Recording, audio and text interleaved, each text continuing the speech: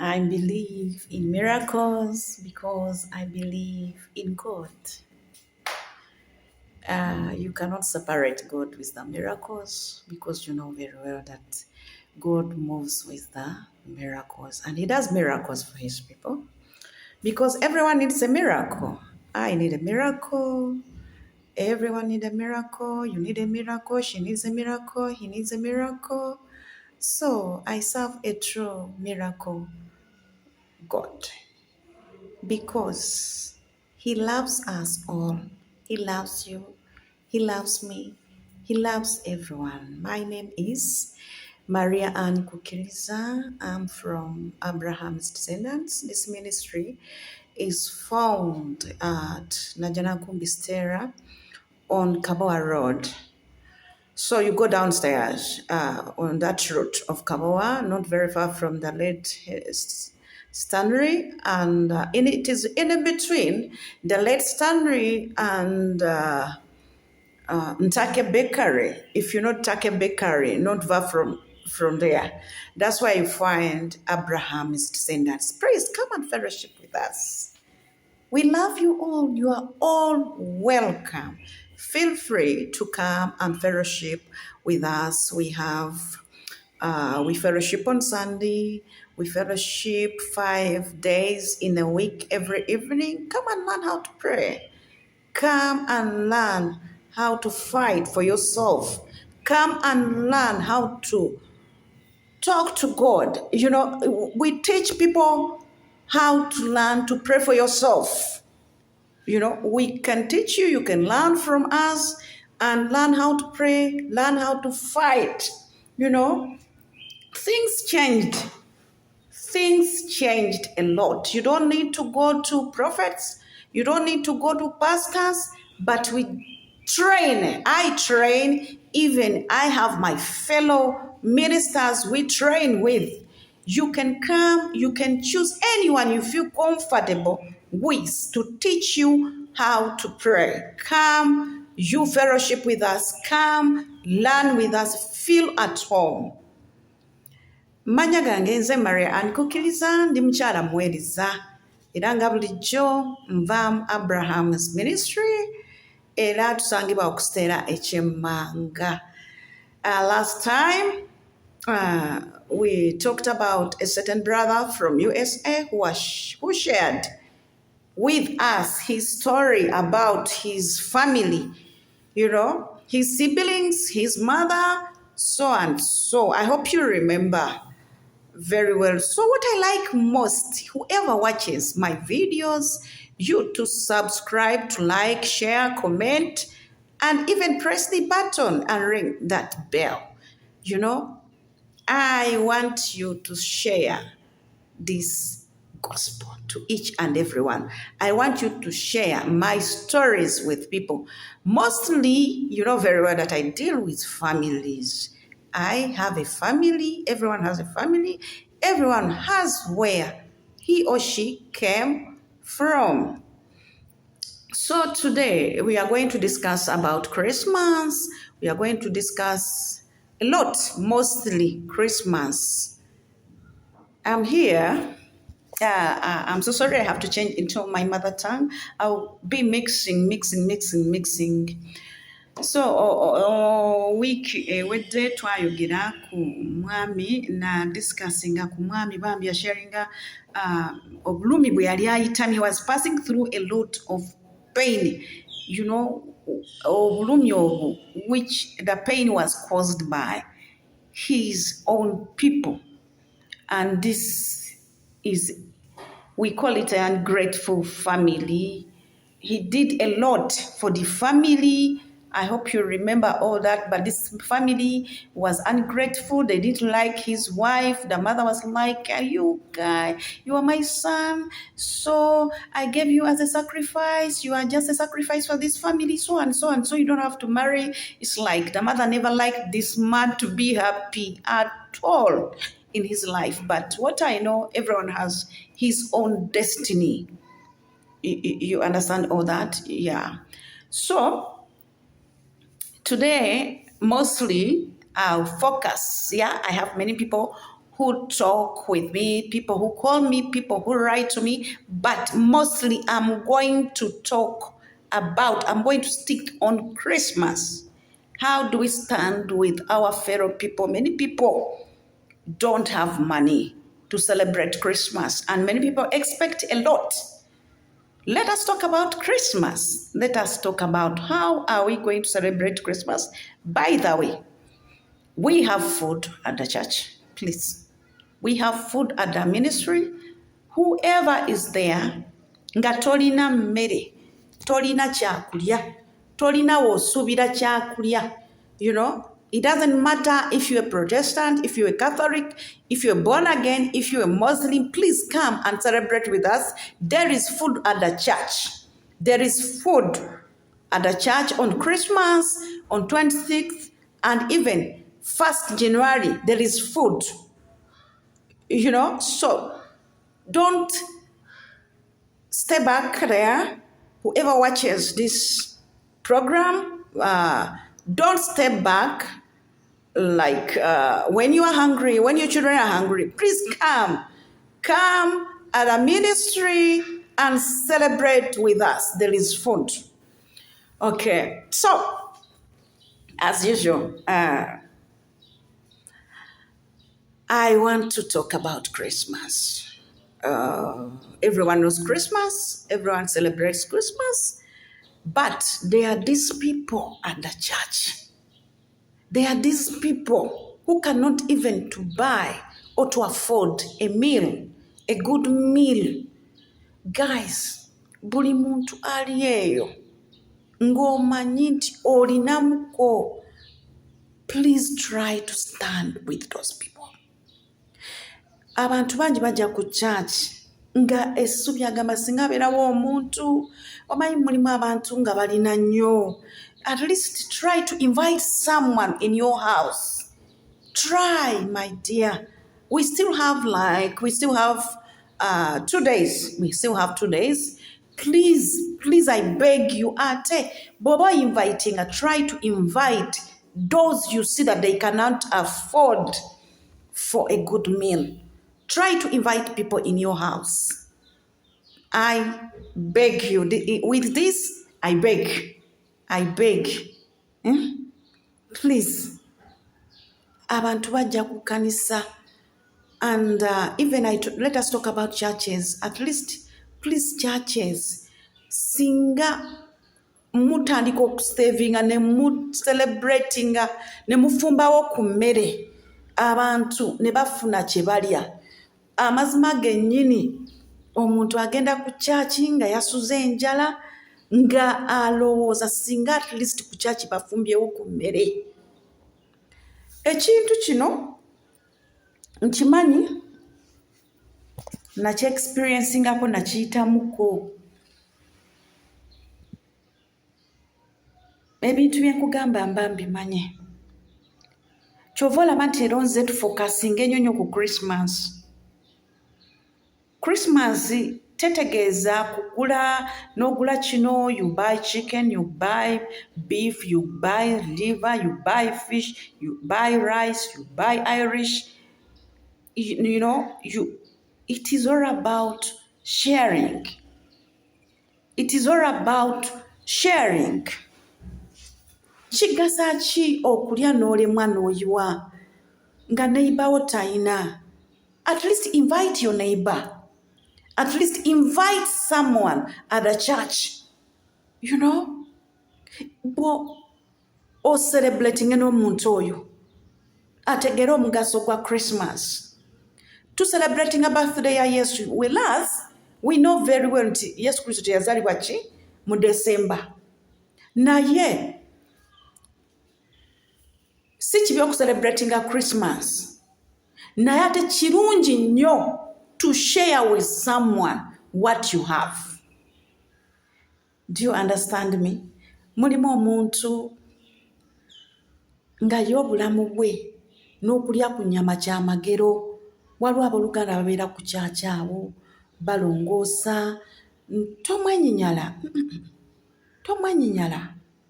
tomugoba. Ate bw'oba muyinvitinze mutuuze mu ntebe yo. tomutuuza bweru mubuwere ku sowaani ennungi at least akibale. Omuntu oyo taligenda kukola ki? Taligenda kwerabira. Nze nkupromisinga, I promise you, whenever you make someone's heart, okay, do it as a miracle. Surprise people. You know, a miracle, it is something you've been not expecting. You know, any good thing which comes to you, any good thing which comes your way. Whereas you've been not expecting that good thing, I call it a miracle. At least surprise people, like inviting them in your house. Surprise your church. At least get some little money, buy like 5 kilograms of rice, buy at least 2 kilograms of meat, buy a chicken, buy matoki, buy Irish, take it to the church. You know, you can at least talk to even some sisters and some brothers at the church. Do something for poor people who cannot afford Christmas, who cannot afford to eat a good meal, you know. Please, brethren, kijja kunnuma okulaba nti omusiraamu afumba emmere. You see these Muslim people, they cook food, they invite people, you know, they serve people in a very good manner. Omuntu oyo bw'onoba omusurprisinze, omuntu oyo bw'onoba omublessinze ku Christmas, even you can bless someone with a dress, with a shoe, you know, with a perfume, with a cream, a body cream, you know, but try to look at those poor people. God bless you. You to be a blessing to others. Whenever you bless someone and someone replies you that God bless you, I believe that God blesses you. That's how God blesses us. That's how God uses you to reach other people's needs, other people's hearts. You touch on someone's heart. That very person you bless on Christmas, she or he will never forget you. Will never. Try to reach out to poor families.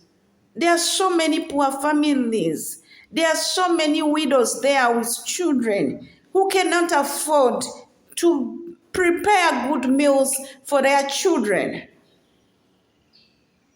Look at those people.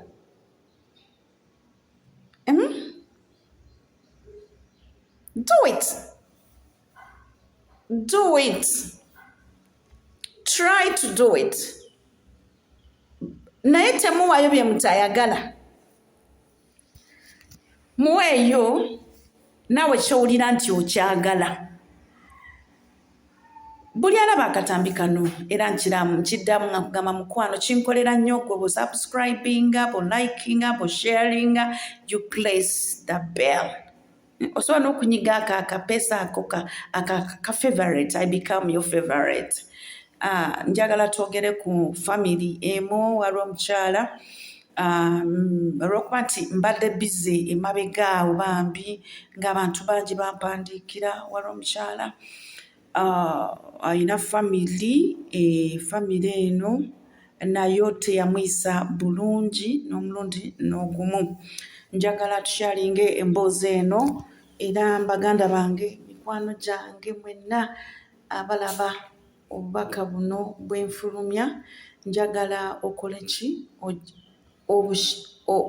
You comment, at least comment, otwe advise. Sister ono yaŋŋamba yakulira mu maka aga maama ne taata nga ye first born, era naye baabazaala abaana nga bawerako, ate nga ne taata naye yalinayo ku baana abaki abalala. Kati awaka ne wakula nga ki nga wajjudde abaana. Naye agamba nti ye first born mu luggya era nga buli omu amuwa ekitiibwa. N'ekiseera kyatuuka n'aweza emyaka egifumbirwa. Tiye okusinga yali nnyonnyonyo mu kutunda enku. Omanyi bano abantu abagenda n'agula omuti ne bagumusalira n'atunda enku era nga mwajja 10. agamba nti yasooka n'afuna boyfriend n'amuleetako ewaka kuba yamusaba ajja amuleeta ewaka era bato be ne bamubbako boyfriend eyasooka baamutwala n'addamu n'afuna boyfriend owokubiri era bato be ne bamutwala bali very stubborn. Omanyi amaka nga mulimu abaana bali stubborn ate nga be babala nti bato. Bannange nze bulijjo mbagamba nti n'omuto wasobola okukola obubi.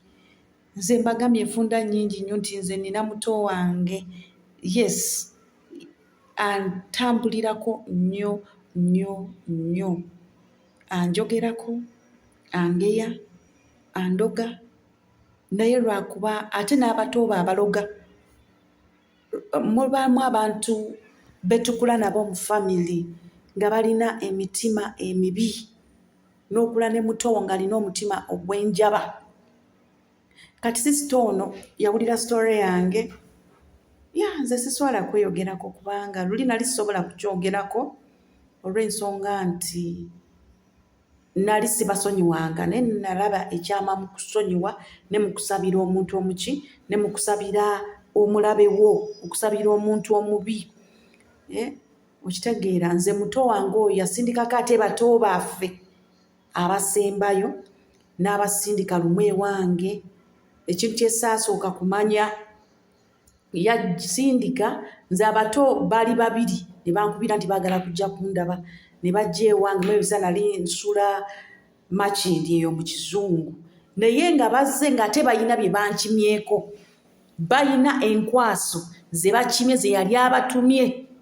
Era oluvannyuma ono omuto yajja n'ayogera, nene sitwalanga kikulu, bajja ng'ono alina byakimye. Yajja ne lastiboni ne gwaddako, lastiboni gwaddako bwe bajja ne bakyala ewange nga beena bye bakimye mu nnyumba yange, era ne babifuna ne babimutwalira ne bandoga. Kugamba yabakozesanga ne kugamba ono lastiboni kwadda, lastiboni talina kye yali akimye wange, yajjanga n'andaba naye nga mission ono sisita waffe omubi ne mulamu wange balina omutaateera gwe baakozesanga. Najjanga n'akimanga ebintu ewange ne babitwala ne bandoga.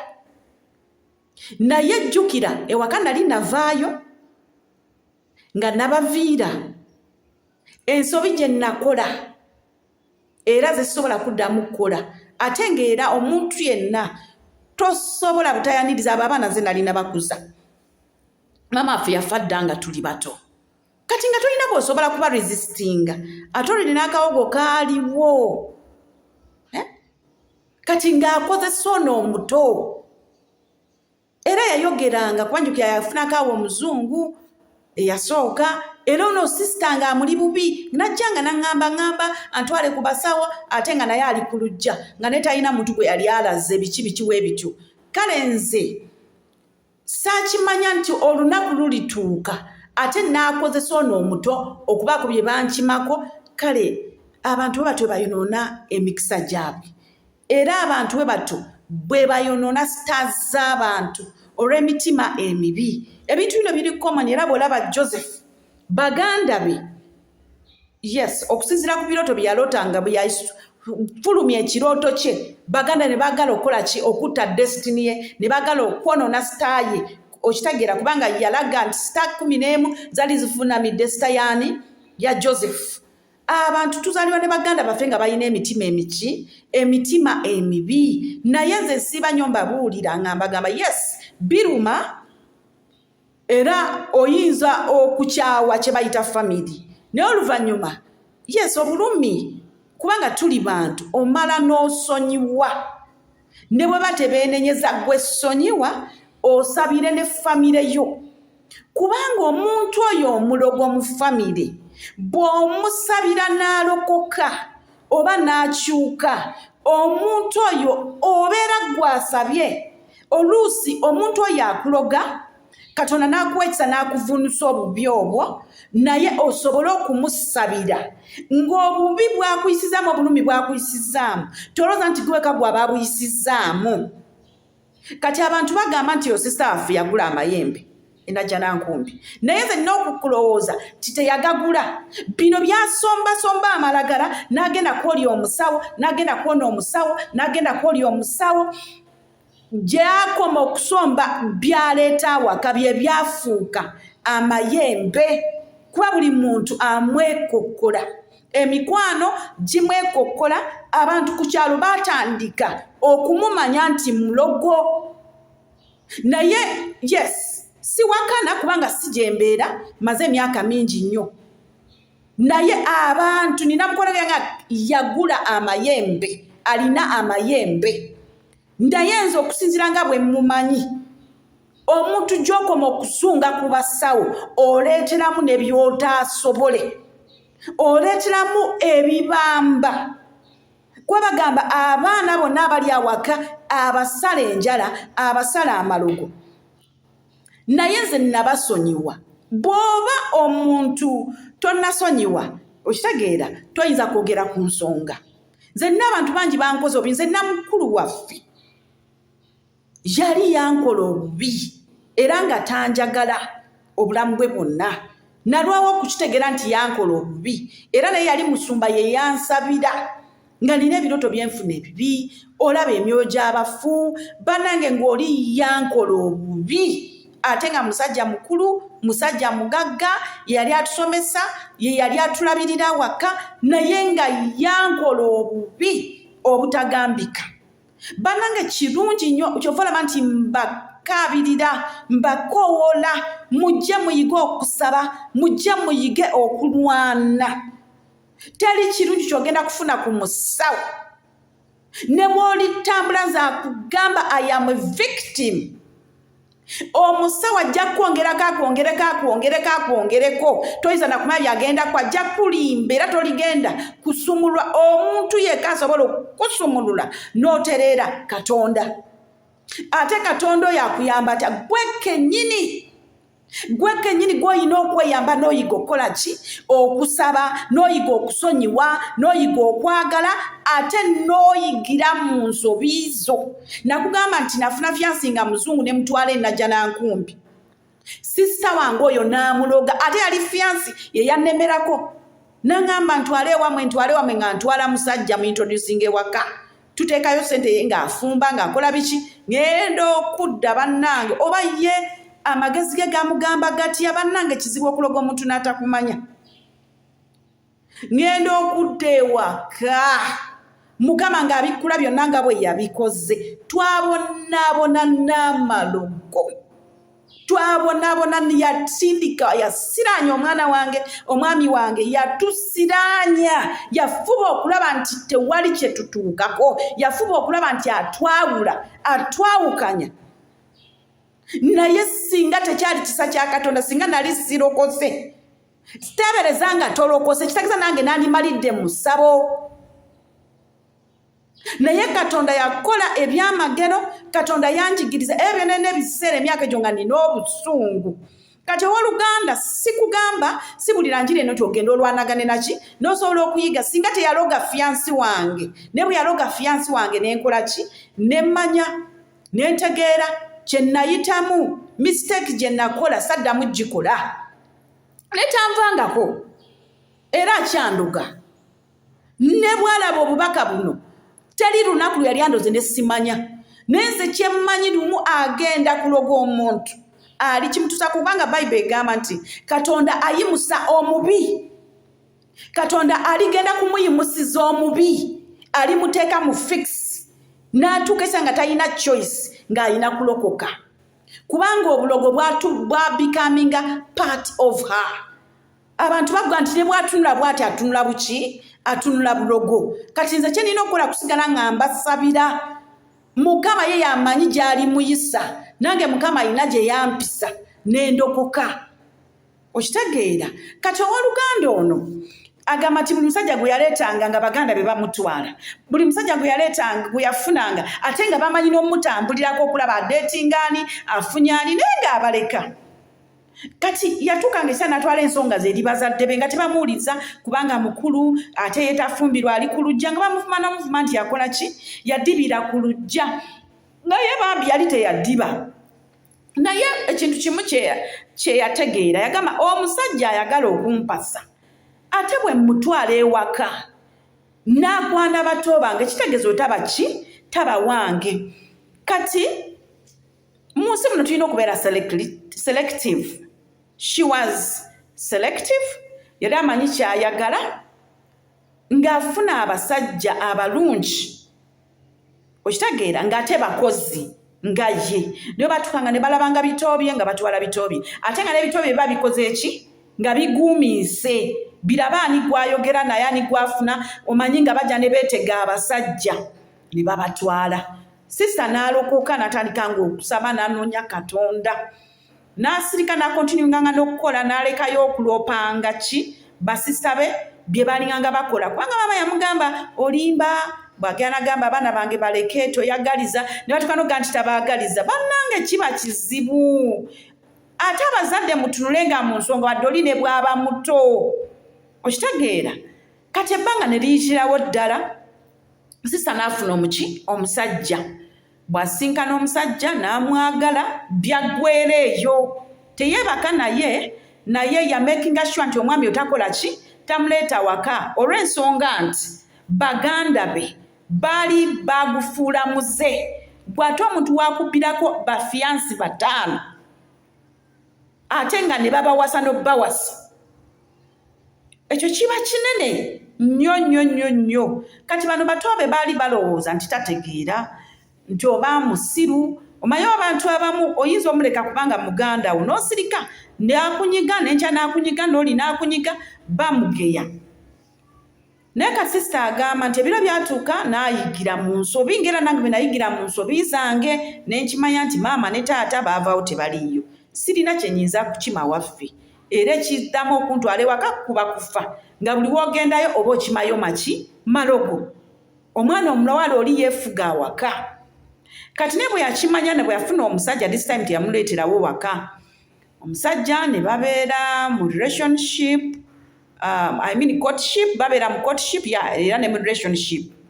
Kati ebiseera ne bituuka omwami n'amubuuza ki kyayagala okukola omukyalo oyo agambye yali teyasoma nnyo kugenda wali yali ekoma mu senior 6 naye kuva buto nga yeekolerera nga mutunzi wa nku era nga bwe nasusenega nti yafunanga emiti n'atemanga enkuuze n'alenga naye agamba ewaka waabwe waali wanene nnyo ng'emmanju eriyo akakubo kasobola okuyitamu n'agwa omwo n'agenda ku ki n'agwa ku maini. Kati yayitanga eyo nga yeekengera n'okwekengera nga bw'aba agenda ewo no boyfriend ayita mmanju era lw'anaagenda wa boyfriend ng'agenda neeyogera ne maama we n'amugamba maama ngenze kusuubula nku mbadde nsaba ondabireyokko biki n'ebiseera ebisinga abeera ng'agenze wa boyfriend teyabalaga n'omulundi n'ogumu.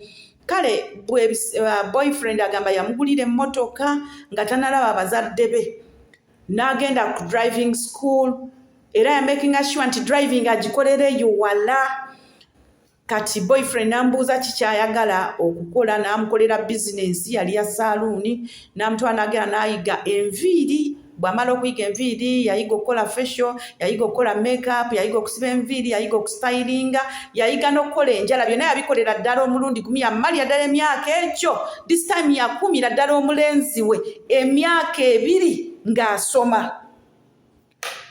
Kati bwe yamala okusoma n'asaba omusajja ajje amwanjula ewaabwe. Omusajja n'aweereza buli kimu era omwami n'agenda n'akyala ewa ssenga era nga ssenga yakimanyi.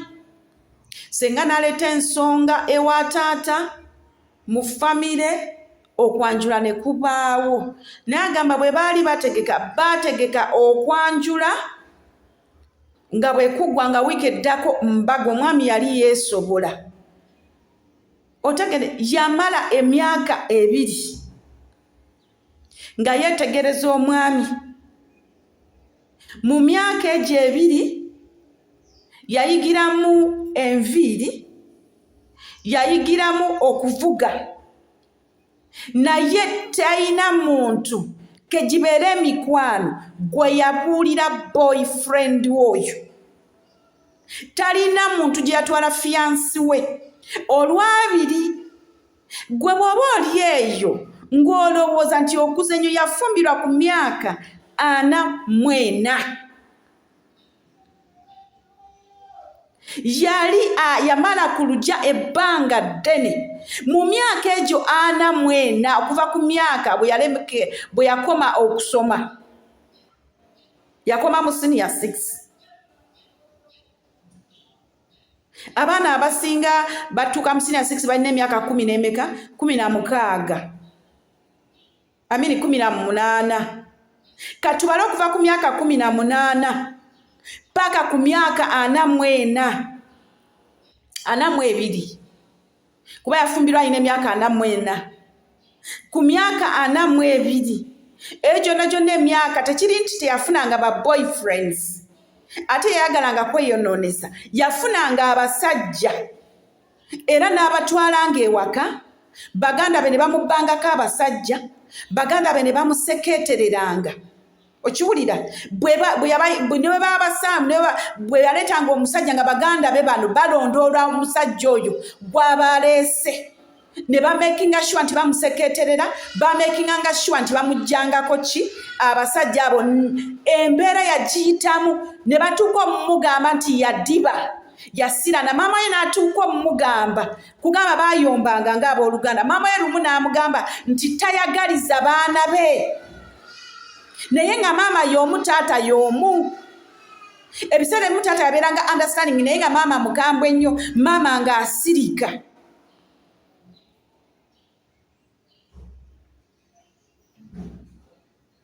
nga bamugamba nti tabaagaliza kubanga yasiranira ku luggya ekyo yakitegeera n'amanya ensobi gy'akoze era ngamba mu basajja abo mulimu omwera mukwano gwe naye best friend we yamubbako omusajja naye teyaggwamu maanyi yayigiramu eyo ensobi n'agamba kakati ebintu ngenda bikola bwenti ne bwenti n'akabirira Katonda omanyi gwe kye bayita ku myaka 44 nga n'envi zizze mu mutwe omanyi yange n'otuuka omusajja okukwana muka yakola ekyamagu Katonda twali Katonda bwega nti ku mwaka bwe guti nti oba tokyasobola kufumbirwa abantu bakyogera nnyo yatuuka okufumbirwa nga alina fibroids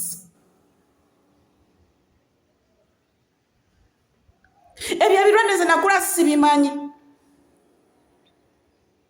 naye agamba nti bw'afuna omwami ono yeegendereza nnyo obutakola nsobi gye yakola ki gye yakola luli ensobi zazze ng'akola era yalaba nga omwami kyamagero ate Mukama era yali mwesigwa yaleeta omuntu kwegamba yali naye yennyini yali muli amanyi kyayagala wadde yaweza emyaka 44 ku luggya yali tasobola kumala gagenda na buli muntu gw'asanze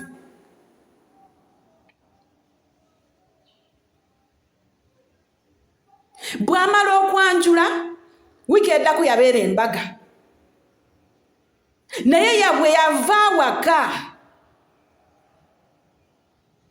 talina wa luganda gwe yatwala mu maka ge bannange ensenna erimu obuzibu bungi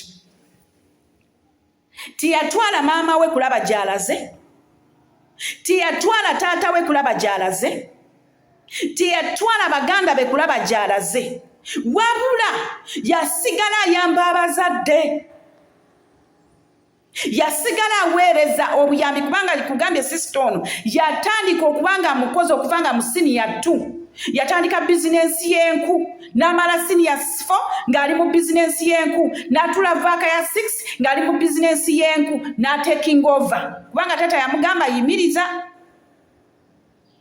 kansooka emperere kuki ne ku baganda bo kitegeeza nti wadde yalinganga waka naye ng'alina engeri gy'asapootinga era ewaka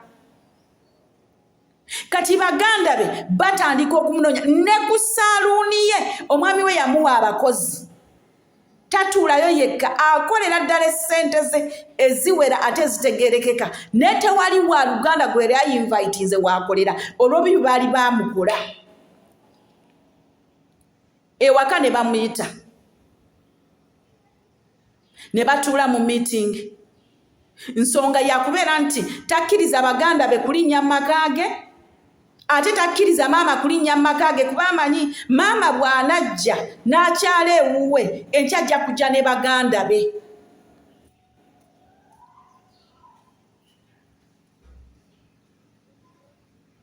Azadde abaana be Mukama yamuyamba wadde yalina fibroids baazijjamu era mu myaka 5 gy'amaze mu makaage bambi era alina abaana 5.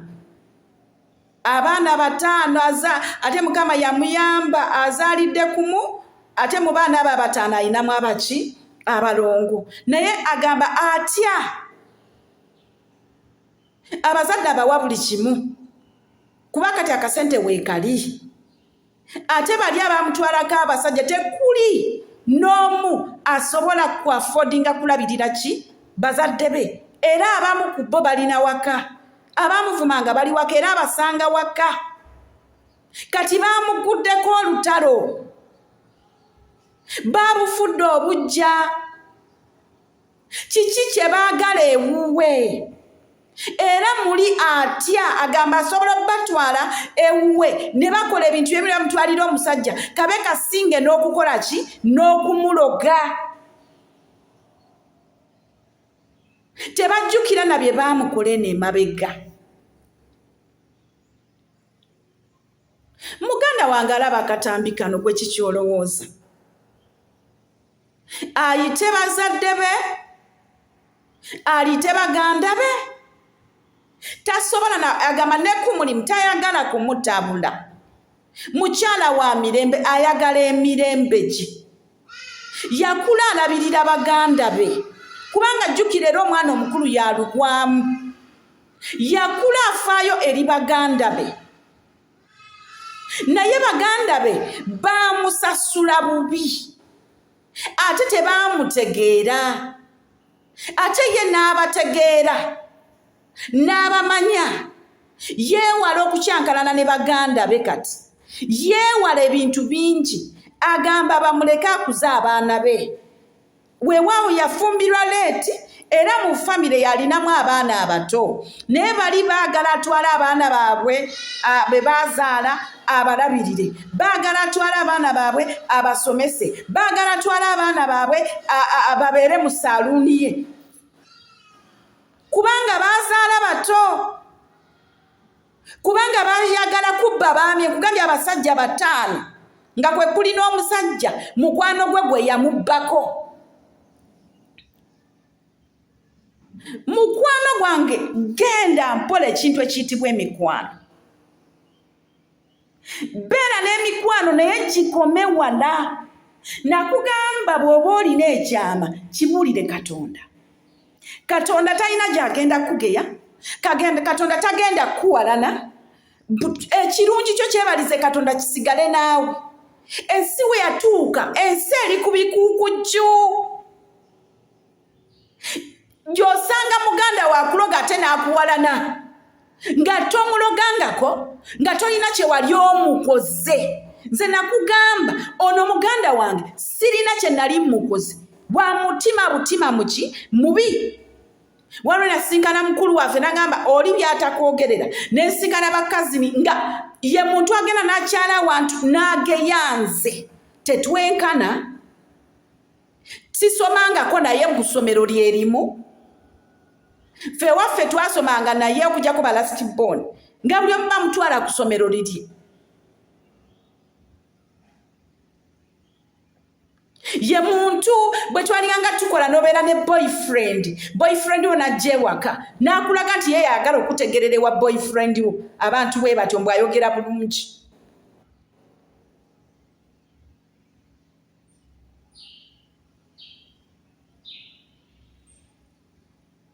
Bannange kwegamba njagala twogere hato. Gwe omuntu oyinza okusalawo okuleka famire yeekunyigirize kubanga baluganda bo. Okimanyi nti omuntu mu nsi muno ebizibu by'oba olina 99 biba biva mu famire, biba biva mu baŋŋanda, biba biva mu bantu ba famire. Kubanga teri muntu atakumanya asobola okukola obubi. omuntu yenna akola obubi obeera omumanyi nga naye akumanyi. Nze abaana bwe bajja emakindi eyo mu kizungu okukyala nze nalaba bato bange. Mukama kindaga luvannyuma. Ogenda okumubuuza nga te naye ayogera birala. Ogenda okulanga ebintu biranda naye ngono okitegeera ngenze tuzimbye awe namasuba twalinawo akayumba.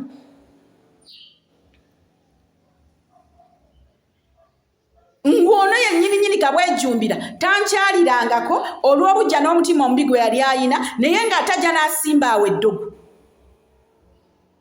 Era lumuyantikira omwana we gwe yazaala n'amunsindikira.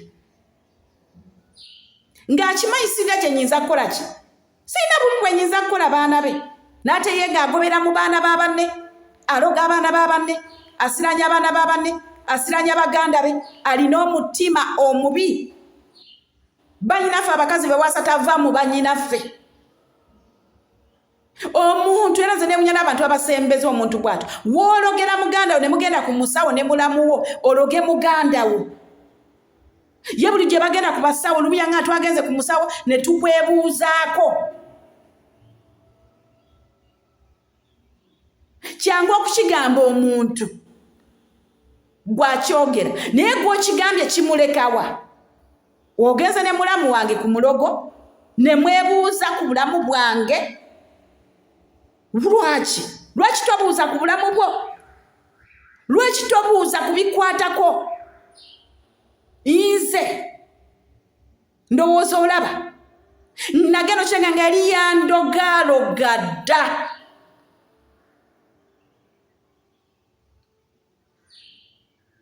Kubanga olwaba okwogenda ntandika okusanga nga malagala mu mulyango gwange.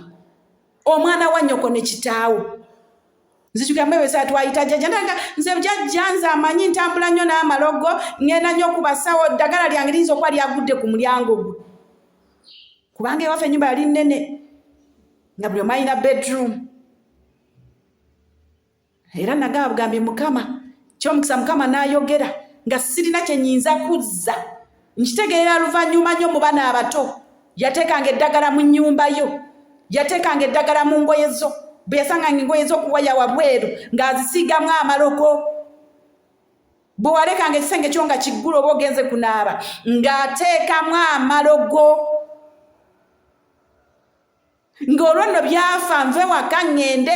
Kati ate awaka navaawo ne ŋŋenda ate nasigala nga nsiraanya. Nasigala nga asindika. Muganda wange weebereremu. Tekitegeeza nti omuntu tomwagala. Bw'oba olaba nga baganda baabo babi teweesembereza, teweereetereza. Nali ndabyeko owooluganda yali asse muganda we era mu nsonga bwe zityo n'amuleeta ewaka we n'amutta n'atakinga ova atwale bbaawe n'abaana. Bannange mbadde nnyo mu nsonga za famiri. Ensobi ze twakola mu gwalaba akatambi kano kw'oba oyigira. Ensobi ze wakola mw'oba oyigira. Nze omuntu we yanyumiza nti omuntu bw'alinnya babayoola ebigere. Kati oyo muganda wange ali addicted n'eddogo, ali addicted n'emmindi, afuwa emmindi. Emmindi yamufuukira emmindi. Katonda yekka yasobola oku-intervening to save his life, to save his soul. That's why every day I claim his soul for the kingdom of God. Era nzikiriza Mukama bonna bangi, yes, basobola bonna okwefuulira, basobola bonna okulwanyisa. Omuntu yali akiyiseemu ono yagenda poisoninga mind z'abaana abato ne batuukanga n'okunvuma ne batuukanga n'okunsekerera. Kubanga bwe yagendanga ku basawo n'akomangawo n'aleetanga eddogo awaka ng'ewaka wabeera entalo. Ng'addira abaana abato n'apoisoninga minds abo. Ne banfuukira ekizibu ne neebaza Mukama bwe nagwa mu mikono gya Mukama. Neebaza Mukama tisaagwa mu mikono gy'abasawo balogo. Nagwa mu mikono gya Mukama Mukama n'alyoka nkolako kye bayita deliverance. Mukama n'ansomolola n'annyiga ebiwundu, Mukama n'ansanyusa, Mukama n'ankolera ebirungi. Sirina kye nnyinza kukima mabega gye nava. Nze sikuwa magezi kuddayo kuyingiza baganda bo, but still again you can help them. You can stand with them in case if they need your help, but not taking them in your house. That is your family. Those are your children. That is your husband. You are the only one who can protect your family, your children. You cannot trust your children with your sisters, with your wicked sisters and brothers. You cannot trust your children with such people. They didn't like you. They didn't love you.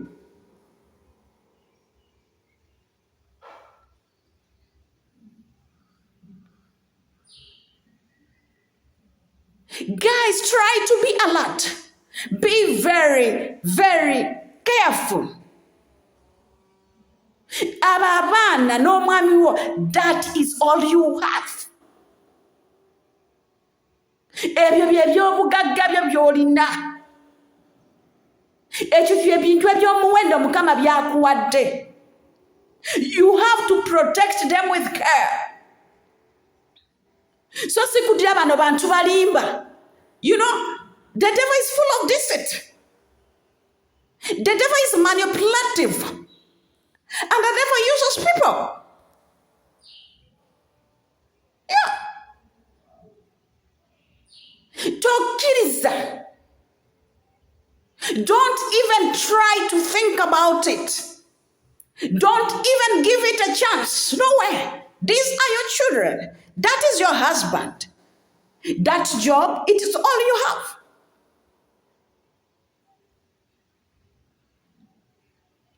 But still again, you can respect your parents. Keep respecting them. How do we respect our parents? How do we honor our parents? When we are taking good care of them when they are still alive. Do your best to take care of your parents. It's not a must that you have to take care of your siblings. No, but it is a must to take good care of your parents. Provide everything they need. So long as you have the power, do it. Do it, my dear sister. Do it, make them happy. But let not them cross the line.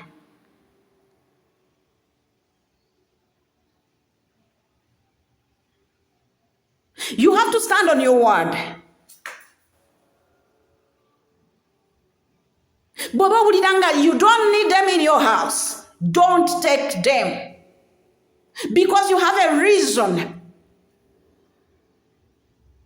You have a reason. And you know them better than anyone. You know them better than me. I agree to talk with this family. I'm going to meet this family. I'm going to talk to them. We are going to have a chat. I called them. They are ready to meet me. But still again, please, do it for yourself. Do it for your children. Do it for your husband. For the better future. God bless you. Bye. Sigana ni Maria Anne Kukiliza. Greetings from Salong.